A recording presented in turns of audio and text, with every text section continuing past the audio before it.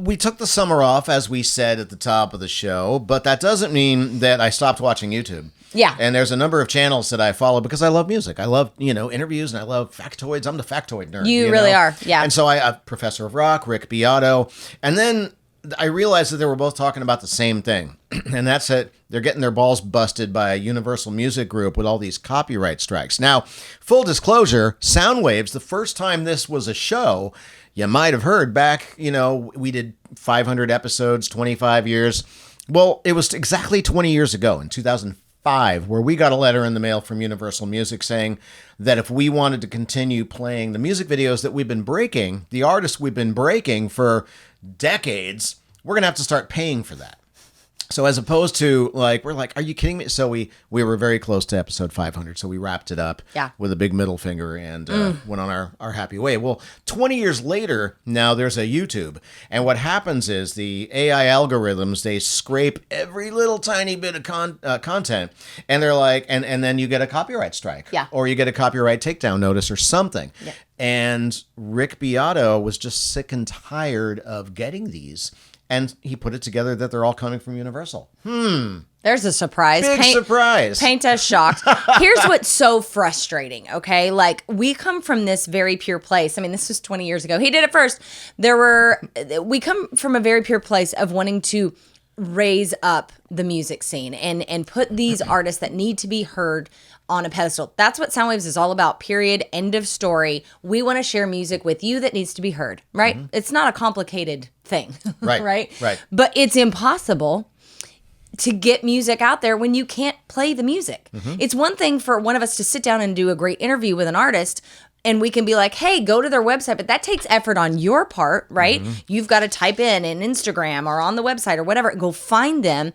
Whereas I talked to Derek Davis, and then we immediately play music out of that. That's and then right. You are like, oh, he really is that great. Babylon AD really is that awesome. Now you're invested, right? It changes the scope of promoting artists. And in Beato's case, if he's, and Professor of Rock as well, you're doing an interview and somebody is like, oh yeah, no, that chorus I did, blah, blah, blah. That was the second. And so they play that little bit of the chorus. So you know what they're talking about. It's a reference point. Right. The artist doesn't mind. The owners don't mind. Nothing. But Universal, the label, is like, here's a cease and desist. Ooh, it's enraging. What the hell is that about? And if any of you ever wondered why we've backed off of doing YouTube really at all, we put up interviews and things here and there, but this is why, because we're handcuffed. Yeah, we are. Beato is. Everybody is. And I watched. You know what? I was going to say his most recent video. He does them often. He probably did one since. But where he talked about this whole situation and how he has had a lawyer fighting this, trying to make some change. And you and I were like, woo, yes, lead the charge. It kind of felt like he was literally on the front lines. And all of a sudden, this video, he starts going, but I'm 63 and this is not my fight to fight. And I'm like, no. No, it is your fight to fight. You are the one, sir. So I really hope that he doesn't go down that path.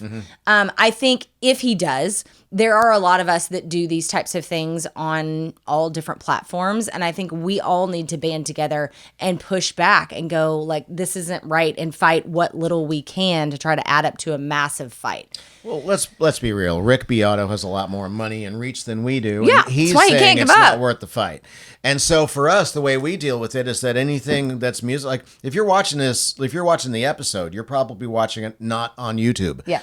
And that's fine. We go out to a number of TV stations. We post on Vimeo. We run it on our website. Soundwavestv.com. There's a lot of ways easy. that you can get this show, and thank you for supporting us. But as far as YouTube goes, we have to be very careful and stick to the spoken word about music. I mean, it's counterintuitive. It's just like, that's ridiculous, It doesn't make any sense. So that's how we're here. But yeah, you follow the paper trail and the money trail all the time, right? And in Beato's videos, he was like literally scrolling down every copyright hit he was getting in just one day. It was like they go way back. They go years back. Right.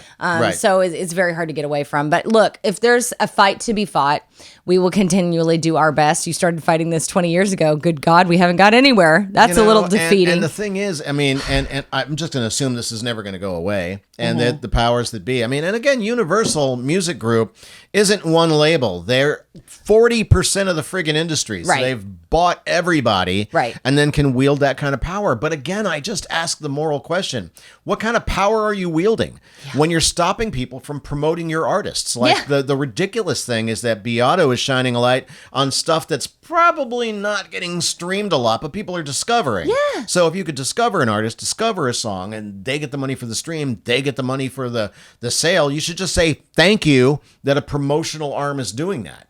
You know what I mean? Exactly. It's like the snake eating its tail. I just don't understand. It's just, It makes no sense. But we're going to continue to fight the good fight. It's only going to get worse with the AI Terminator out there looking for, If you were coming here for a glowing positive moment, we failed you in this segment. We covered a lot on this episode. But we're here, damn it. We're here together. We're here. We're back. We have an amazing rest of the year. And like I said, we keep hinting about Christmas.